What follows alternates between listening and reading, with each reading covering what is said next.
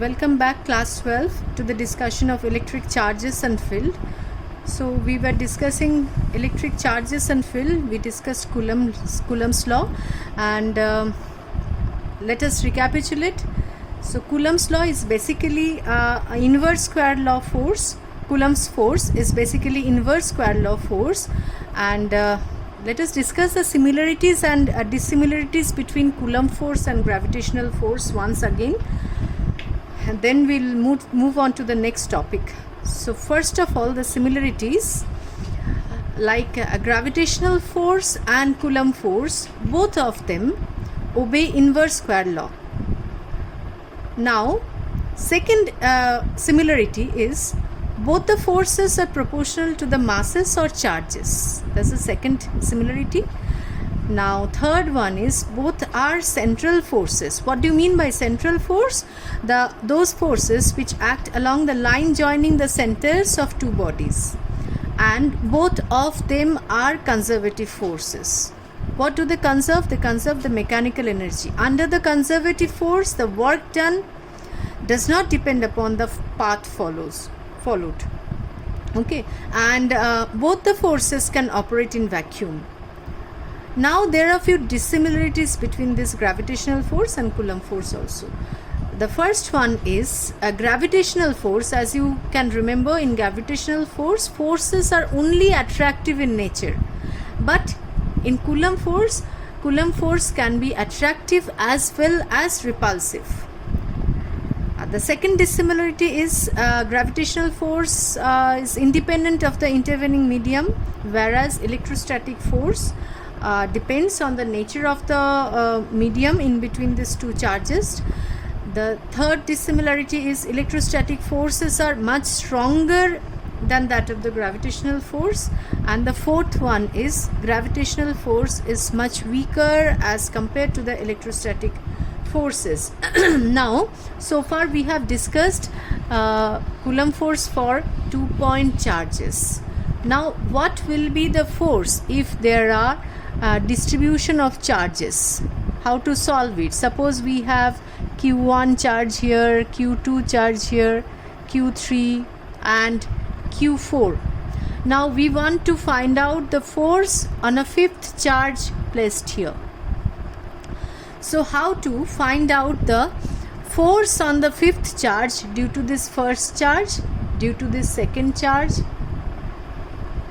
due to this third charge and the fourth charge? How to find out? We will apply the principle of superposition here. The principle of superposition states that when a number of such charges are interacting, total force acting on a given charge is a vector sum of the forces exerted on it due to all these charges. Okay, the force between two charges are not affected by the presence of this force is not affected by the presence of other charges. We'll take this into consideration. So now for the charge Q1, the force is acting in this direction. For charge Q2, this is F1, this is F2, and for Q3 it is acting in this direction, F3, and for Q4 it's acting in this direction. So we find out the resultant vector of these four forces, and the final force, the ultimate force on Q5, will find out in this way. Now we'll try to find out with the help of an example. How do we apply a superposition principle for practical examples? A practical example means the examples that will come in the examination, the numericals that will come in the examination. We'll try to find out how to utilize this superposition principle first with an example. So let us consider a square. Okay, this four equal charges, let's say of 16 microcoulomb, equal point charges are placed on four corners of a side 0.2 meter. We have to calculate in the question, we have to calculate the force on any one of the charge. So how to do this? So first of all, look at the sign of the charges. All the charges are positive, so let us take any one of the charges. So from the similarity, force on any charge will be same. Now let us take this charge here. So these charges are of similar sign, so there will be definitely a repulsive force. For this charge, let us name it as 1, this is 2, this is 3, and this is 4. Between 1 and 4, force acting on this side. Between 3 and 4, the repulsive force is acting on this side. Now if you see that this is a square, Coulomb force is given by K, Q, here Q is also same, Q square by R square. Here in these cases, distance R is same, 0.2 meter, here also 0.2 meter, charges are same, so the forces must be same, magnitude of forces must be same. Let us take it as F. Now what about this 2 and 4? 2 and 4, Coulomb force acts along the line joining these two charges. So this is the line joining two charges, and because this will be a repulsive force, so force on this charge will be in this direction. This is a repulsive force, and the second force F2 is acting along this direction. Now what is the value of this? This is root 2a, a is 0.2. So what will be the value of F2 here? F2 is equal to K Q square. No, we have taken this as R, so we must take this as R. So 2 R square. Okay. Now F2 is half. We can see that F2 is half that of F. Now what is this? What is the resultant of this 2? What is the resultant of this 2? Resultant of this 2 is F1 and this F and F, they are at right angle to each other and having same magnitude. So the resultant of this is root over F square plus F square, that is root 2F. Okay. Now how to find out? So in which direction it is acting? So it is acting in this direction. From the symmetry you can see that this is 45 degree, and this resultant of this, because this F and F are having equal magnitude, the resultant is also acting in this direction. So they are acting along the same line. So the resultant force, this one F2 and this will be added up. So what will be the resultant force? The resultant force will be F2 plus this root 2F, and put the values of these charges and find out the ultimate magnitude of the force. This is how we solve this kind of problem. Now next topic of this chapter is electric field. We'll try to understand electric field now. For that we place a charge Q here. This charge creates a sphere of influence surrounding it. So this sphere of influence surrounding this charge Q is known as the electric field region. But how do we measure the field actually? We measure the field of a particular point. Like force we measure between two charges, field is measured for a particular point. How do we measure the electric field at a particular point? So quantitatively, electric field or field intensity is denoted by E vector. At a point is defined as the force experienced by unit positive charge placed at this point without disturbing the original field, without disturbing the original position of this charge. Now how to find out the field at this point? We bring a test charge of magnitude Q0. It's a very small positive charge. Test charge has a characteristics that when we place this test charge here, it will not disturb the position of Q, or neither it changes the field of this region. it remains the field region undisturbed. So we place the test charge here, we calculate the force between these two charges. Let the force is F. For Q0 charge, the force experienced by the Q0 charge at this point is F. So by definition of electric field, force experienced by unit positive charge will be F by Q0. So this is how quantitatively we can measure electric field, and we write the equation in this form, keeping in mind force being a vector quantity. We write field as E vector is equal to F by Q0, where Q0 is a scalar quantity. Okay, now as this is a new physical quantity, when you get to know a new physical quantity, you must know its unit and dimension. So unit of electric field is Newton per coulomb. As you can see, force has a unit Newton and Q has a unit coulomb, so it's Newton per coulomb. Another equivalent unit is, we'll learn it in the later part of this chapter, that its equivalent unit is volt per meter. So these are the two equivalent units. And now what is the dimension of E? So we go back to the basic definition from this one. We can write this force has a dimension ml t to the power minus 2, and charge has a dimension at, and hence we can find out the dimension of electric field as m L t to the power minus 3 a to the power minus 1. This is the dimension of electric field. Now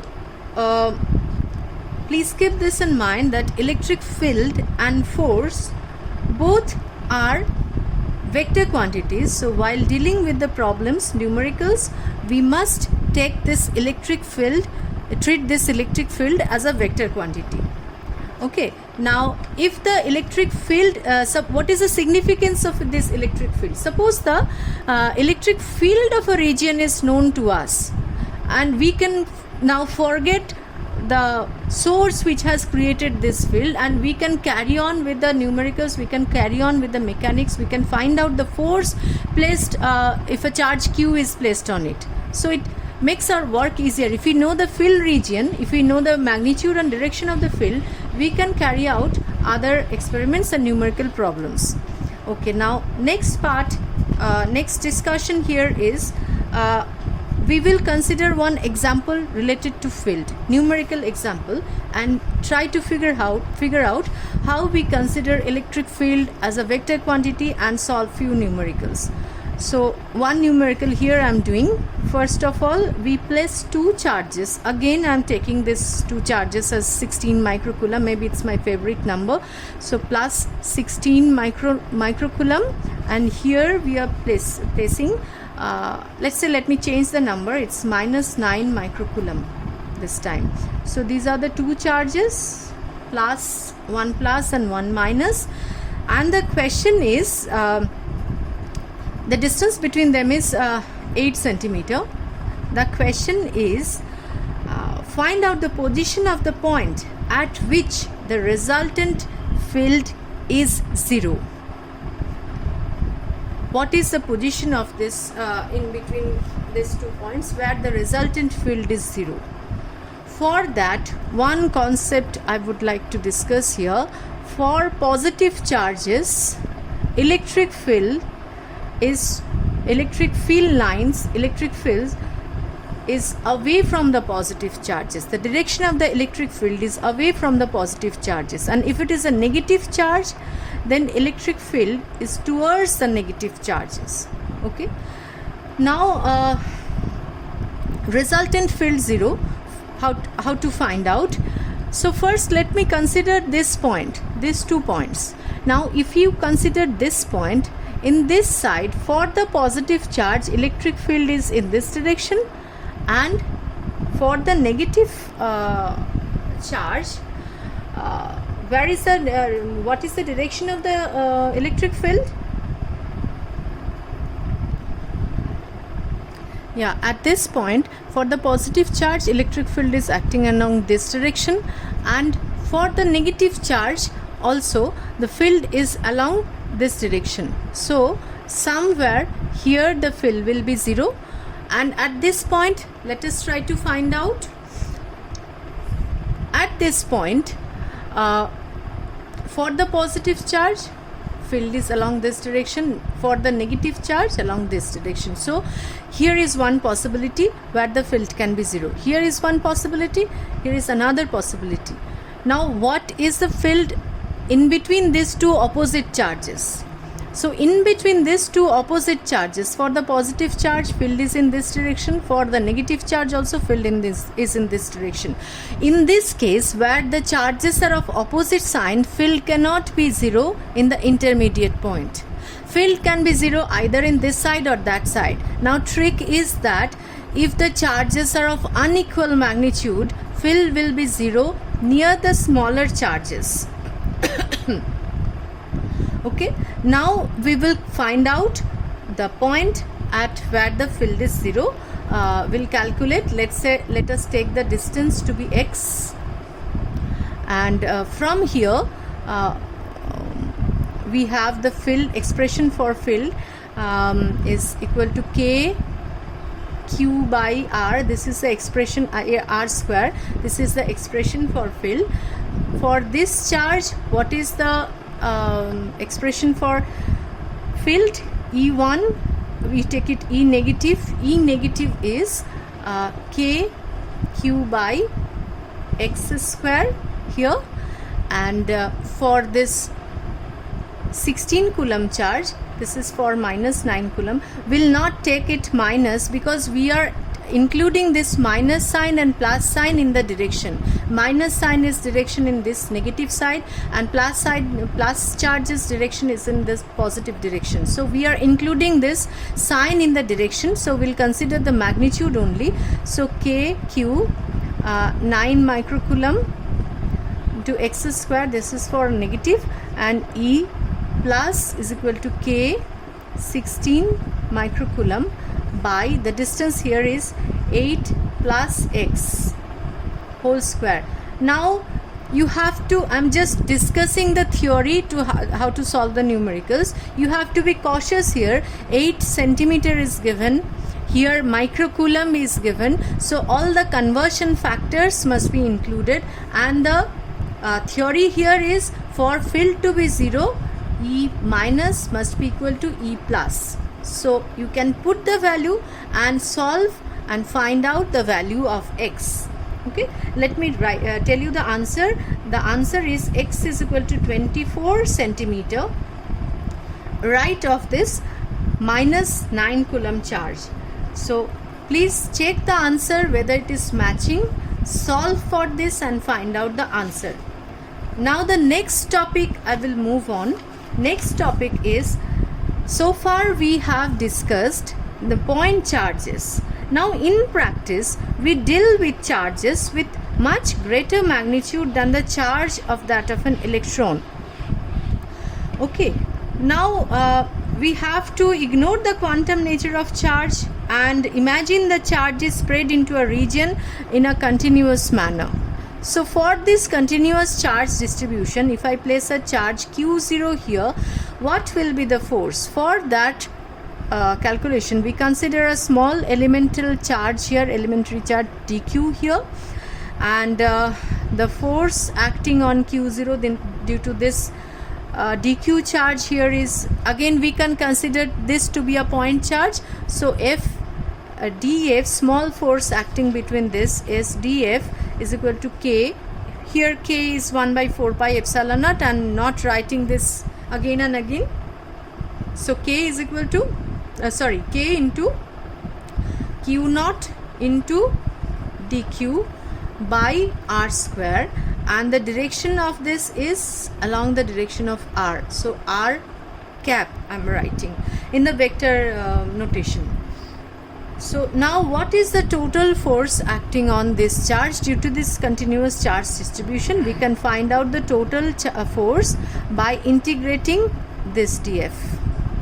So it will be 1 by 4 pi epsilon naught, k value I am writing 1 by 4 pi epsilon naught q0 dq by r square into r cap. So by this you can find out the effective force on this charge due to this charge distribution. Now, as we are talking about charge distribution, three different types of charge distribution, continuous charge distribution, you must know. First one is volume charge distribution. What do you mean by volume charge distribution? Suppose if a charge distribution spreads over a three-dimensional volume in a region of V, having a volume V, then we define for that charge distribution, we call it a volume charge distribution, and for this volume charge distribution we define a new quantity called volume charge density. It is denoted by rho. Rho is equal to total charge. We can write total charge by total volume, or in differential notation we can write rho is equal to dq by dv. This is for volume charge distribution. Now force you can find out if you know the volume charge distribution. dq you can find out. And second type of charge distribution is spherical. This is surface charge distribution. It's a charge distribution which spread over a two-dimensional surface S. Now we define surface charge density. Suppose we have a surface like this and charges are spread over this whole surface. Now we can find out the surface charge density. It is denoted by sigma. Sigma equal to, in differential notation we can write dq by ds. And similarly we have our, this is the second one, and suppose we have, with the third type of charge distribution is linear charge distribution. Suppose we have a line, single line here. It can be a straight line or can be in any form. Charge is distributed over this line, and it can be positive or negative, any one. So we define a linear charge density as lambda is equal to dq by dl. If the charge density is uniform, then lambda is equal to q by l. So for uniform charge density we will write lambda is equal to q by l, rho is equal to q by v, and sigma is equal to q by s or a. So these are the different charge densities. Now your assignment for today, before we end this session, is find out, we have a linear charge density like this, like plus plus plus plus plus distributed here. So find out the electric field due to a thin long wire of uniform charge density lambda at a point P here, which is at a distance which is not at the midpoint actually. This is uniform long wire. Okay, find out the electric field at a point P due to a line charge distribution without using Gauss's law. That's your assignment for today. In the next class we'll come back to the discussion of electric dipole and electric field lines. That's all for today. Bye.